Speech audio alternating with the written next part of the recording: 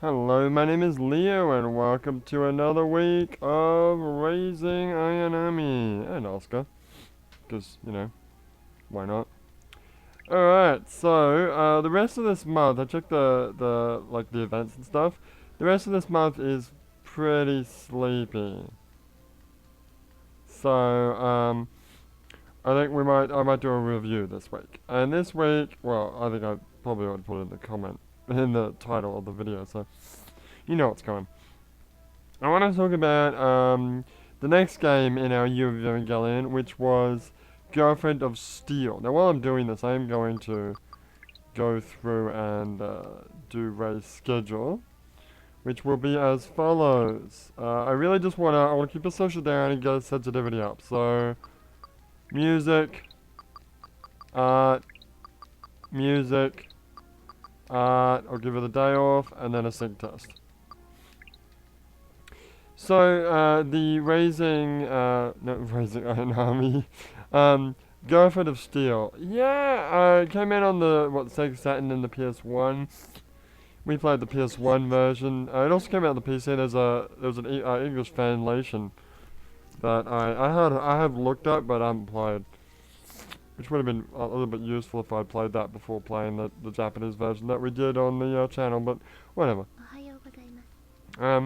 So, what can I say about the game? There's like almost no like interaction.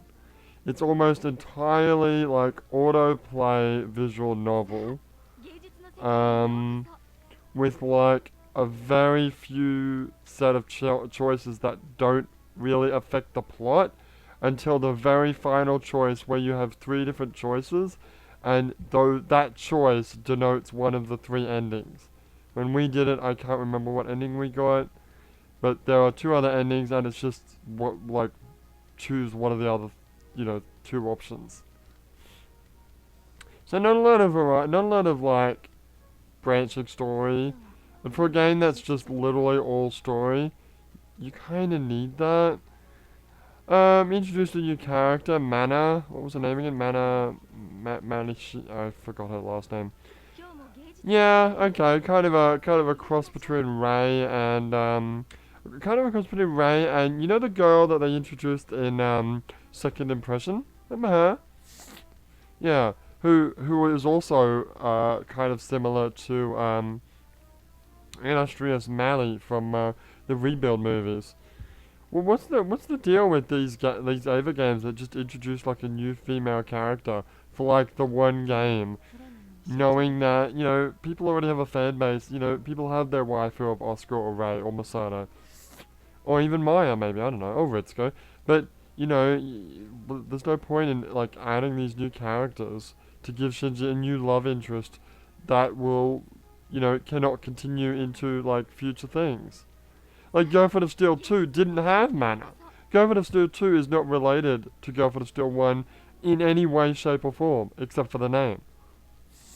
It's on a different console, it's got different characters, different story, completely unrelated. Girlfriend of Steel 1 is kind of like the first Saturn game that we've nicknamed First Impression, and maybe Second Impression too. I don't know if Second Impression is supposed to be like part of the main canon, just an additional chapter that occurs somewhere in the middle of the series, like basically before Toji and Bardell. Yeah, because that's when shit got real. But yeah, and it's kind of cool like that, how it's adding that little extra thing. But the whole idea was Trident, the robot that's featured in that game. Was it part of like the Jet Alone project? I can't quite remember. But the robot itself, the Trident robot, was kind of dumb. I didn't really much care for it. The best part of that entire game was the first scene where there's like Ray standing on the balcony naked. I guess they tried to do that at the beginning of Girlfriend of Steel 2, but that's a story for another time. But the beginning of Girlfriend of Steel 2 was so egregious, I guess is the word to say. That whole picture of like friggin' Asuka's butt while she's riding a bicycle. It's not necessary. So, let's talk about our rating. So for Evangelion authenticity, it's fairly authentic. Although I think the whole trident, the idea of the tridents doesn't really fit in with the AV universe that well. But as far as keeping real to the series, it's fairly good in that regard. Although it doesn't, the storyline itself doesn't have anything to do with the main story. Alright, we're done with Ray. So you know what? I might forgo my verdict until we get to Asuka, because we're done here. Alright, so I'm just gonna pause the video, and when we come back, we'll do Asuka. Alright, be right back. Alright, here we are, back. Okie dokie. Now, some time's passed in real life, so I've forgotten what the hell I was doing.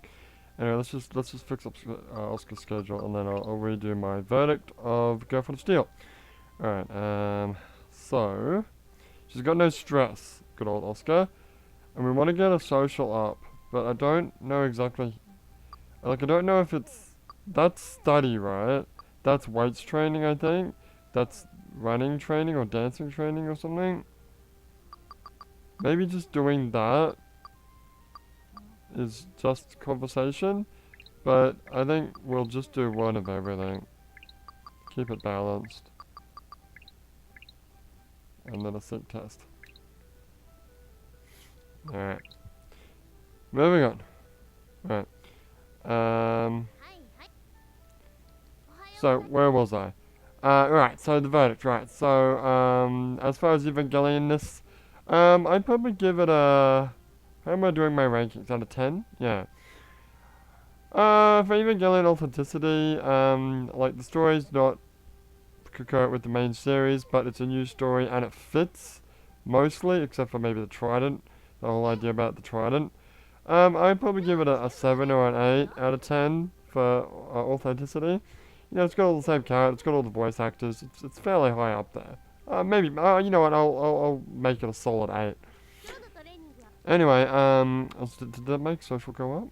I can't tell, I don't know which one's social. Yeah, I don't know either. Shit.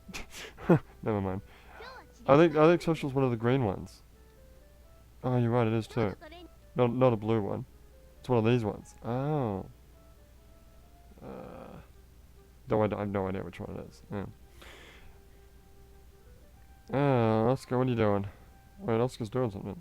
What? Asuka? Oh, I can do something. Oh Jesus, hang on, I'm not prepared for this. We can talk to her.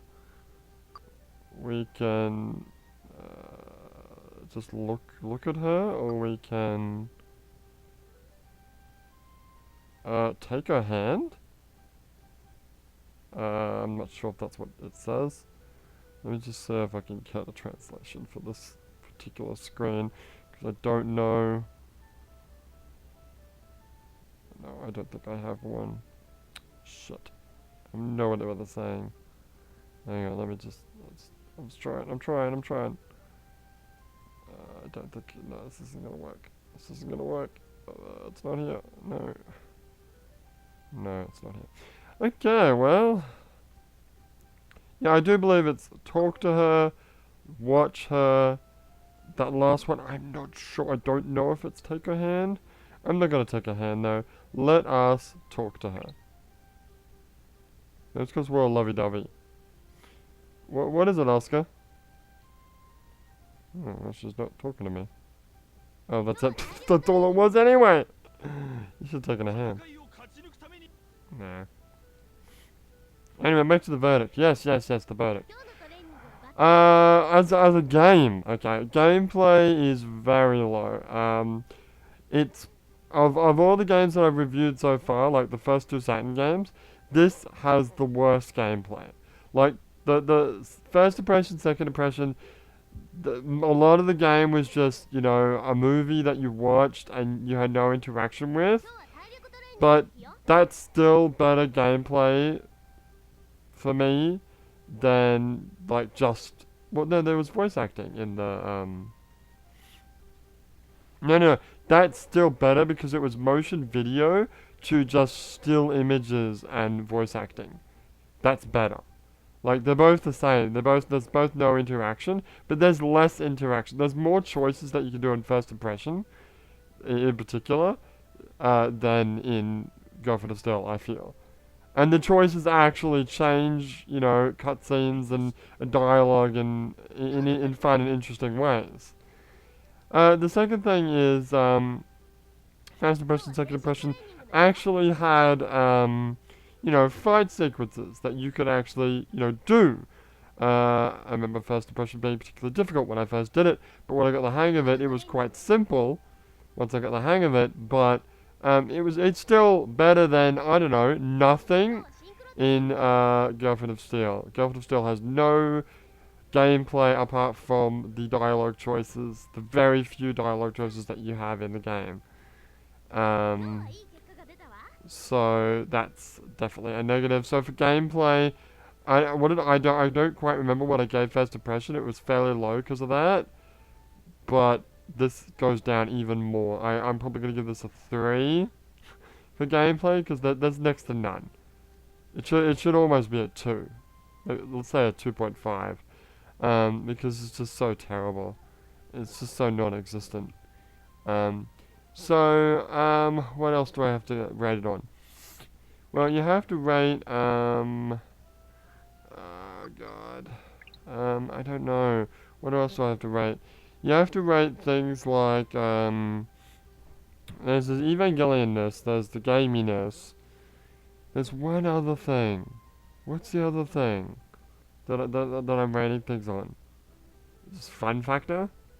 No, it's really just how true it is to Evangelion and how I would rate it as a game overall. Okay, well then that's it. Um, and then your total score. So total score, the gameplay definitely drops it down a few notches, but compared to other Evangelion games, it's probably not one of the best. And which is funny because it was one of the most difficult ones I had to find. Because I really wanted the PS1 version. I would probably give this game a. I'm gonna be pretty strict. I'm gonna be hard. I'm gonna give it a 4 to 5 out of 10, which is pretty bad, I know. But that's it. All right, well we're done with Ray. We're done with Oscar. That's it for this week. So that's my final verdict for Girlfriend of Steel 1, or otherwise known as Iron Maiden, is a 4.5 out of 5 out of 10. Out of 5, no, 4.5 out of 10. It's still worth it if you're an Evangelion fan. I mean, almost all of these games are worth it if you're an Evangelion game, except maybe the Mahjong game, I'd say. Unless you're like really into Mahjong, because it's more Gainax than it is, or it's more that guy who designed the characters than it is Evangelion. So it's not really related. But all the other games we've played, even the card library, is good for fans of the anime. Though I would say Girlfriend of Steel is I would recommend Girlfriend of Steel before I recommended card library or Mahjong. So I guess in the rankings I would say second impression, first impression, Girlfriend of Steel, card library, Mahjong. Of course, we haven't gotten to the Nintendo 64 game, which is next. Which, if nothing's happening next week, stuff will happen next week. Oh, okay. Well, never mind then. If there's a week there's nothing happening, then I'll do a review on that. But we're done here, so I'm going to go start the game, and when we come back next week, we'll do some more with Ray and Oscar. What happens next week, by the way? I know I'll forget it, but I just want to know.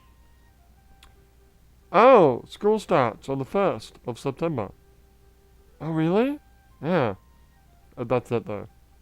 Yeah, that's it. The middle of September, the Magma Diver Angel attacks, but that's the middle of the month, so. Oh, also, well, this is unrelated. I'll probably talk about it in Shinji's playthrough. 1st of September is when friggin' Phantom Pain comes out. Woo! Alright. Yeah, so my name is Leo, and I will see you next time.